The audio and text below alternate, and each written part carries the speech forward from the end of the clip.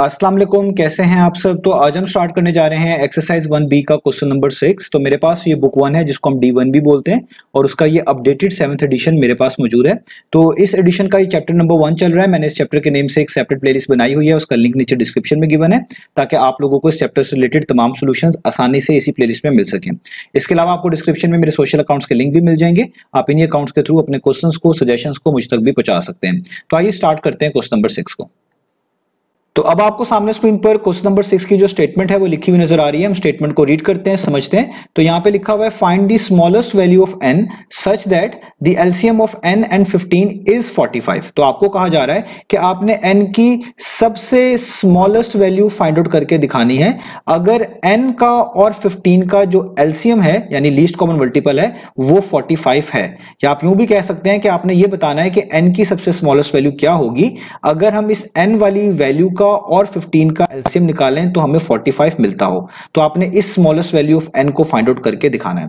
अब यहां पर कुछ चीजें इंपॉर्टेंट है जो कि आपके माइंड में होनी चाहिए एज अ कंसेप्ट कि 45 को एलसीएम कहा जा रहा है n का और 15 का, यानी n और 15 का जब आप एलसीएम निकालेंगे तो लाजमी आपको 45 मिलेगा। ये आपको क्वेश्चन की स्टेटमेंट में ही बता दिया गया है। और एलसीएम जिस नंबर को हम बोल रहे होते हैं उसकी ये प्रॉपर्टी होती है कि वो हमेशा उन नंबर से एग्जैक्टली डिविजिबल होता है जिसका वो एलसीएम कहलाया जा रहा होता है। क्योंकि हमने कहा है कि 45 जो है वो एलसीएम है 15 का और n का, तो इसका मतलब 45 15 से भी एग्जैक्टली डिविजिबल होगा और 45 n से भी एग्जैक्टली डिविजिबल होगा।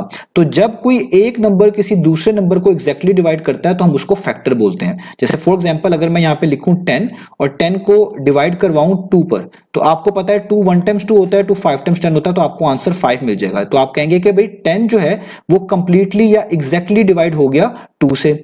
तो इसके लिए हम कहेंगे कि जो 2 है ना ये बेसिकली 10 का फैक्टर है। तो इसी तरह आप यहां पे समझे कि जो 45 है ये एलसीएम है और एलसीएम की प्रॉपर्टी होती है कि वो जिन नंबर्स का एलसीएम कहलाया जा रहा होता है वो उनसे एग्जैक्टली डिविजिबल होता है। तो इसका मतलब 45 को एक नंबर एग्जैक्टली डिवाइड करने वाला 15 है जो कि यहां पे लिखा हुआ है और दूसरा नंबर n है।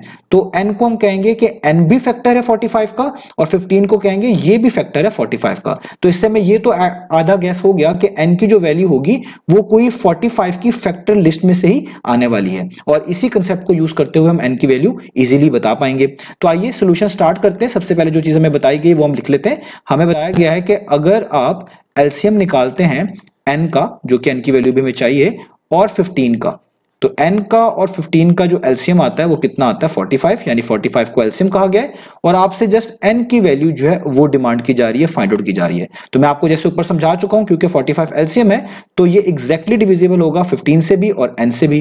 तो इसका मतलब n और 15 दोनों ही 45 के फैक्टर्स में से होने चाहिए, तभी तो वो इस 45 को एग्जैक्टली डिवाइड कर पाएंगे। तो हम यहां पर पहले 45 के फैक्टर्स की लिस्ट लिख लेते हैं।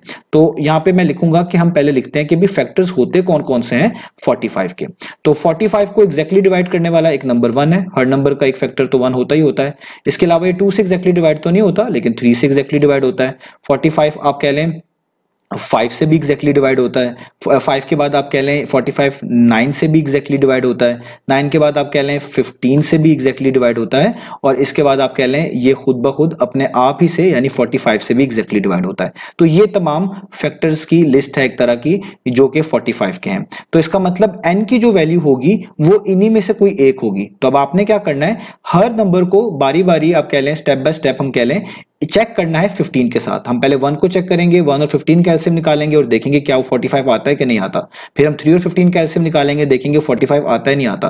तो इनमें से जो सबसे स्मॉलेस्ट वैल्यू हमें मिल जाएगी, जो आपकी सबसे छोटी वैल्यू होगी जिससे एलसीएम हमारा 45 और होगा, वही पॉसिबल n की वैल्यू होनी चाहिए, वही हमें कहा गया है। तो आइए स्टार्ट करते हैं। तो सबसे पहले हम 1 और 15 को चेक करेंगे क्योंकि 15 तो हमें पहले से दिया हुआ है ना, n हमें जस्ट फाइंड आउट करना है। तो हर नंबर का एलसीएम 15 के साथ आपने निकालना है। तो यहां से फैक्टर्स की लिस्ट में से चूज करते जाए। पहले हम चूज करेंगे 1 को, तो हम यहां पे लिखेंगे कि हम सबसे पहले चेक करने जा रहे हैं एलसीएम ऑफ 1 का और 15 का, 1 एंड 15।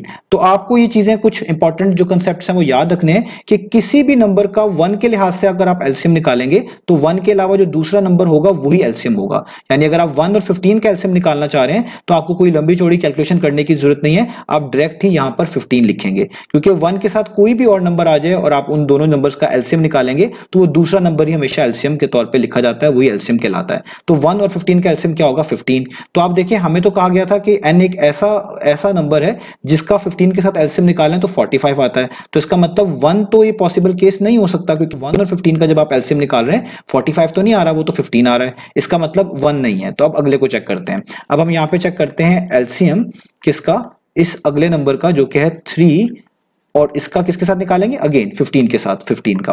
अब यहां पर भी आप याद रखें कि जब भी आपके पास कोई दो नंबर्स ऐसे आ जाएं जिनका आपने एलसीएम फाइंड आउट करना हो, और वो दोनों नंबर्स में ये आप कह लें प्रॉपर्टी मिल रही हो कि एक नंबर दूसरे नंबर के टेबल पर आता हो। जैसे आप देखें 3 है और तो 3 के टेबल में 15 भी आता है, 3 5 टाइम्स क्या होता है, वो होता है 15। तो हमेशा जो बड़ा नंबर हुआ करेगा ऐसे केस में वही आपका एलसीएम होगा, क्योंकि 3 और 15 को अगर आप देखें 3 के टेबल में 15 आता है, तो ऐसे सिनेरियो में 3 और 15 में से जो बड़ा नंबर है वही एलसीएम होगा। तो 15 आपके पास यहाँ पे दोबारा से क्या आ जाएगा, एलसीएम आ जाएगा। तो देखें ये वाला भी नंबर एन की वैल्यू के तौर पर नहीं लिखा जा सकता, क्योंकि एलसीएम 45 आना चाहिए था। तो 3 और 15 का एलसीएम भी 45 नहीं बल्कि 15 ही आ रहा है, तो इसका मतलब ये वैल्यू भी हम नहीं लिख सकते। अब आगे चेक करते हैं 5 को। तो अब हम यहां पे लिखेंगे एलसीएम ऑफ 5 एंड 15।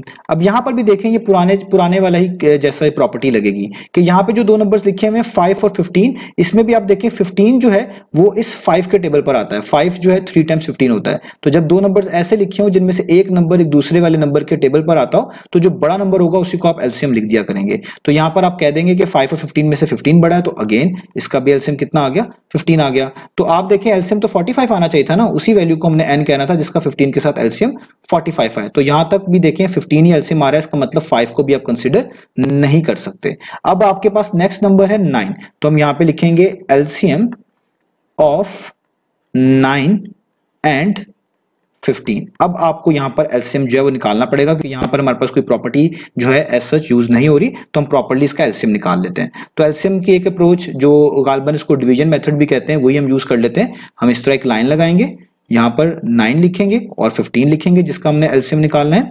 अब आपने ऐसा को कह लें प्राइम नंबर ढूंढना होता है जो कि इन दोनों को एग्जैक्टली डिवाइड करता हो। अगर इन दोनों को नहीं कर रहा तो किसी एक को लाजमी करता हो। तो ऐसा कोई नंबर है आपके पास जो कि प्राइम नंबर हो और इन दोनों को एग्जैक्टली डिवाइड करता हो, तो बिल्कुल है, वो है 3। तो 3 सबसे छोटा प्राइम नंबर है जो इन दोनों को एग्जैक्टली डिवाइड करता है। 3 टाइम्स 9 होता है और 3 5 टाइम्स 15 होता है। अब देखें 3 और 5 जो है ये दोनों के दोनों ही प्राइम नंबर्स हैं, यानी 3 ने एग्जैक्टली डिवाइड होना है 3 के साथ ही, 5 ने एग्जैक्टली डिवाइड होना है 5 के साथ ही। तो इसका मतलब कोई एक कॉमन नंबर तो आपको नहीं मिल सकता ना। तो फिर ऐसे सिनेरियो में आप पहले 3 से स्टार्ट कर लें। आप कह लें कि जी 3 1 टाइम्स 3 हो जाएगा और 5 को वैसे उतार लें, और अगले स्टेप में आप कह लें 5 1 टाइम्स 5 हो जाएगा और इस 1 को वैसे उतार लें। तो जब ये नीचे 1 1 आ जाए इसका मतलब आपका यहाँ पर एलसीएम खत्म हो गया। अब आपने जस्ट इन फैक्टर्स को आप कह लें जो है मल्टीप्लाई कर देना है, तो वही आपका एलसीएम होगा। तो हमारे पास एलसीएम क्या होगा, यहाँ पे आप लिखेंगे 3 मल्टीप्लाई बाय 3 मल्टीप्लाई बाय 5। ये आपने बेसिकली क्या किया है, एलसीएम निकाला है किसका, 9 और 15 का। यहाँ पे आप लिख भी दीजिएगा कि ये हम क्या कर रहे हैं, find out basically LCM of 9 and 15। तो इन नंबर्स को मल्टीप्लाई कर दें तो उसको हम एलसीएम बोलते हैं। तो देखें 3 टाइम्स कितना होता है 9, 9 को नेक्स्ट 5 से मल्टीप्लाई करेंगे कितना हो जाएगा 45। तो देखें 45 आपको मिल गया। तो इसका मतलब अगर n की वैल्यू को 9 रखा जाए ना, n की वैल्यू को 9 रखा जाए तो तब 15 के साथ उसका एलसीएम 45 आ रहा है। तो उन्होंने यही तो कहा था कि n की सबसे छोटी वैल्यू बताएं जिसका 15 के साथ एलसीएम निकालें तो 45 मिलता हो। तो हमने सारों को चेक किया तो जो n की वैल्यू हमें 9 मिल रही है सबसे पहले। अब आगे तो चेक करने की जरूरत नहीं क्योंकि सबसे छोटी यही होगी, क्योंकि पीछे तो कोई है नहीं। तो इसका मतलब हमें n की वैल्यू 9 मिली है ऐसी जिसका 15 के साथ एलसीएम निकालने से 45 मिल रहा है। तो आप यहां पे लिख देंगे कि जो स्मॉलेस्ट हमारे पास पॉसिबल वैल्यू है, smallest possible value of n की वो क्या है, इज 9, वो 9 होनी चाहिए। तो आपका आंसर आ गया कि n की वैल्यू कितनी होनी चाहिए, 9। यही हमने फाइंड आउट करके दिखाना था। तो आपने ये तमाम प्रोसेस इस तरह साथ करना है और ऊपर ये तमाम डिटेल्स भी लिखनी है। तो उम्मीद है आपको ये सोल्यूशन समझ आया होगा। इंशाल्लाह अब नेक्स्ट वीडियो से मिलेंगे बाकी सोल्यूशंस के साथ।